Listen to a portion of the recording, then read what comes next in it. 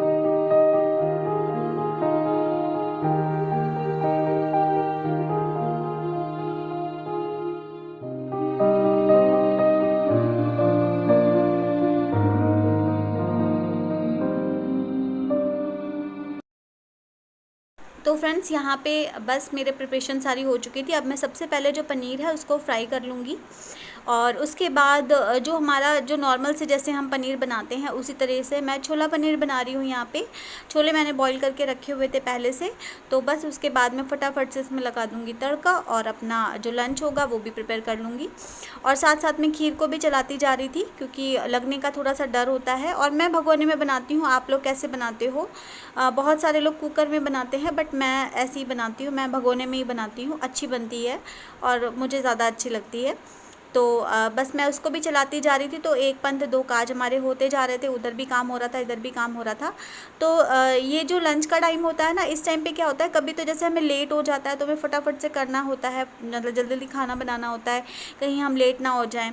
तो इस तरीके से मतलब मैं दोनों तीनों जैसे दो अपने गैस के दोनों स्टार्ट कर लिए और उधर मैं हीटर पे भी यूज़ कर लेती हूँ, तो फटाफट हो जाता है काम। तो यहाँ पे मैं थोड़ा सा ऐसी मटक रही थी, क्योंकि टीवी चल रही थी एक्चुअली में, और उसमें एक बड़ा प्यारा सा गाना आ रहा था सपना चौधरी का। तो बस मैं ना उसी गाने पे बस ऐसे ही थोड़ा सा कर रही थी और साथ साथ मैं अपने बर्तन भी वॉश करके रखती जाती हूँ, ताकि एक साथ बहुत सारे ना हो जाएं। क्योंकि ना फिर अगर क्या होता है, हम बनाते जाते हैं और बर्तन के ढेर लगाते जाते हैं, तो उससे ये होता है कि एक टाइम पे इतने सारे बर्तन हमें धोने पड़ जाते हैं। तो इससे बेटर है कि दो दो बर्तन करके मैं फटाफट धो लेती हूँ। देखिए, साइड में अगर हमें बैठ के बर्तन धोने वाला हो, जैसे पहले होता था, सिंक वगैरह नहीं होते थे, तो उसमें ये होता था चलो एक साथ करेंगे। बट जब हमें जस्ट बगल में ही ऑप्शन दे रखा हुआ है कि आप तुरंत के तुरंत धो के रख सकते हो, तो फिर ये मुझे ईजी लगता है। तो बस यहाँ पे मैं लगा रही हूँ तड़का और उसके बाद फिर आगे ब्लॉग में बहुत कुछ है, तो प्लीज़ स्किप मत करिएगा, पूरा देखिएगा। होप आप सबको पसंद आएगा।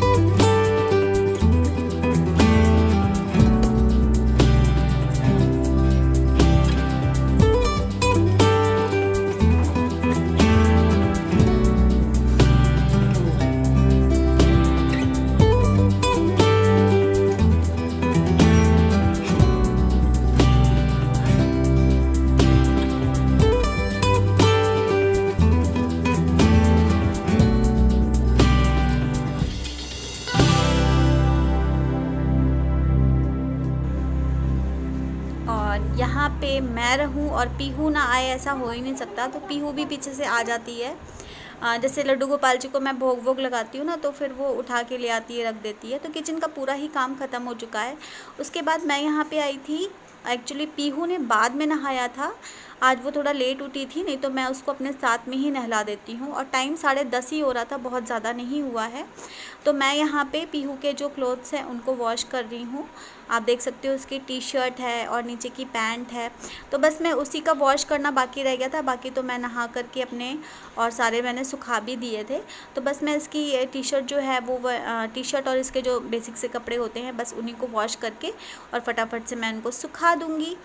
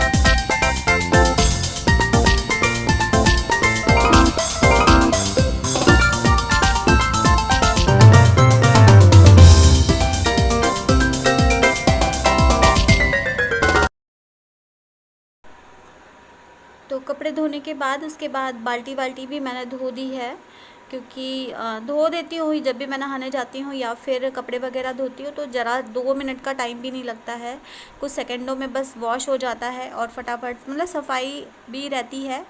तो बस यहाँ पे मैंने बाल्टी को भी वॉश कर दिया था, कपड़े मैंने सुखा दिए, मतलब धो लिए हैं। अब मैं जो बाथरूम है उसको क्लीन कर दूँगी। तो अब मैंने कर दिया है, अब ये दिन भर मेरा ऐसे का ऐसे ही रहेगा। बस नहाते टाइम बस जो भी होता है बस उतना ही होता है, उसके बाद मेरा बाथरूम एकदम क्लीन पड़ा होता है। और ये काफ़ी मतलब आजकल ऐसे बाथरूम नहीं होते हैं, तो ये क्वार्टर्स जो है ना काफ़ी पुराने हैं, तो इस वजह से यहाँ पे इस तरह दे रखा है। नहीं तो आजकल हर कोई बाथरूम में टाइल पत्थर लगा के ही बनाता है। और जैसे अगर कभी बाई चांस ये क्वार्टर टूटे या नए बने तो जाहिर सी बात है इस तरीके से तो नहीं बनेंगे, दोबारा जब भी बनेंगे तो अच्छे ही बनेंगे, इससे तो बेटर ही बनेंगे। तो बस यहाँ पे प्लीज़ माइंड मत करिएगा, बाथरूम ऐसा ही है। और दिखने में शायद कैमरे में और ज़्यादा आपको लगता होगा, बट साफ़ सुथरा है, क्योंकि पेंट है तो कहीं का पेंट छूट गया है, कहीं का पेंट लगा हुआ है, तो इसलिए देखने में और ज़्यादा वैसा लगता है। लेकिन मैं सफाई बहुत ज़्यादा रखने की कोशिश करती हूँ। और हर हफ्ते मैं जब भी संडे को बाल धोती हूँ, मुझे ब्रश से रगड़ रगड़ के मैं अपने बाथरूम को साफ़ करती हूँ। मैं कोई अपनी तारीफ़ नहीं कर रही हूँ, लेकिन हाँ मैं करती हूँ और मैंने आपके साथ में शेयर भी किया है। सिर्फ मैं ये इसलिए बता रही हूँ, कहीं आप लोग ऐसा ना सोचो कितना गंदा बाथरूम है। बाथरूम बिल्कुल गंदा नहीं है, साफ़ है, बट वो लगता ही ऐसा है। उसके बाद यहाँ बालकनी में मैं आ गई थी अपने कपड़े डालने के लिए। तो ये तो मेरे पहले से सूख रहे हैं, जो भी मैंने वॉश किए थे वो मेरे पहले से पड़े हुए हैं। और अभी क्या है ना, गर्मी बहुत ज़्यादा हो रही है, तो ये जो बालकनी है ना, ये वैसे तो छोटी सी बालकनी है, लेकिन सच बताऊं तो अभी मैं कपड़े बाहर बिल्कुल भी सुखा नहीं रही हूँ। सारे कपड़े मैं यहीं पे डाल देती हूँ और यहीं पे सूख भी जाते हैं, क्योंकि नेट लगा हुआ है और सामने से बाहर से मतलब गरम गरम सी हवा आती है, और आँच मतलब जो धूप निकलती है ना, उसकी आँच कितनी तेज़ होती है, उसी से सारे कपड़े सूख जाते हैं। मतलब सुबह मैं वॉश करके डाल देती हूँ और शाम तक मेरे सारे ही कपड़े सूख करके एकदम हट जाते, मतलब एकदम अच्छे से सूख जाते हैं। तो अभी फ़िलहाल मैं बाहर कपड़े बिल्कुल भी नहीं सुखा रही हूँ, मैं यहीं पे डालती हूँ, यहीं पे सुखा लेती हूँ, जो हमारे डेली वेयर के होते हैं। अगर ज़्यादा ही क्लोथ्स हो जाते हैं तो फिर मैं बाहर लेके जाती हूँ, जैसे भारी भारी बेडशीट्स, कंबल वगैरह, ये सारी चीज़ें हो जाती हैं ना, तब तो फिर मैं बाहर ही सुखाती हूँ, क्योंकि यहाँ पे इतना स्पेस नहीं है। बाकी जो डेली वेयर के होते हैं वो मैं क्या करती हूँ, हैंगर में करके और इस तरीके से मैं सारे ही मतलब टांग देती हूँ, और ईज़िली हमारे सारे सूख भी जाते हैं। तो बस यहाँ पे मैं इस तरीके से कर दूँगी, पीहू के भी कर दूँगी, और जो इस तरीके से मैंने डायरेक्ट तार पे सुखाए हैं उनको भी मैं हैंगर में कर दूँगी, और ये शाम तक एकदम सूख जाएंगे। तो ये मेरा आज का छोटा सा व्लॉग था, बहुत कुछ खास तो नहीं था, लेकिन हाँ फिर भी अगर आपको थोड़ा सा भी अच्छा लगा हो तो लाइक कर दीजिएगा, और चैनल पे न्यू हो तो सब्सक्राइब ज़रूर कर लीजिएगा गाइस। प्लीज़ सपोर्ट करिएगा, आपके सपोर्ट की, आपके प्यार की मुझे बहुत ज़्यादा ज़रूरत है। तो प्लीज़ प्लीज़ प्लीज़ सपोर्ट करिएगा। मेहनत बहुत ज़्यादा होती है, बट अभी मैं 2-2 दिन के गैप में व्लॉग्स डाल रही हूँ, लेकिन अब मैं कोशिश करूँगी कि मैं डेली ही व्लॉग्स डाला करूँ, और आगे आपके साथ में काफ़ी अच्छे अच्छे व्लॉग शेयर करूँगी। वो क्यों करूँगी वो आपको आगे आने वाले व्लॉग्स में पता चल जाएगा। तो प्लीज़ मेरे साथ में बने रहिएगा। और ये था बाहर का लुक, क्योंकि बाहर निकली है बहुत तेज़ वाली धूप, तो मैंने कहा चलो बाहर का भी थोड़ा सा दिखा दिया जाए। तो चलिए मिलते हैं अपने नेक्स्ट व्लॉग में, तब तक के लिए thank you so much for watching guys. Bye bye, take care.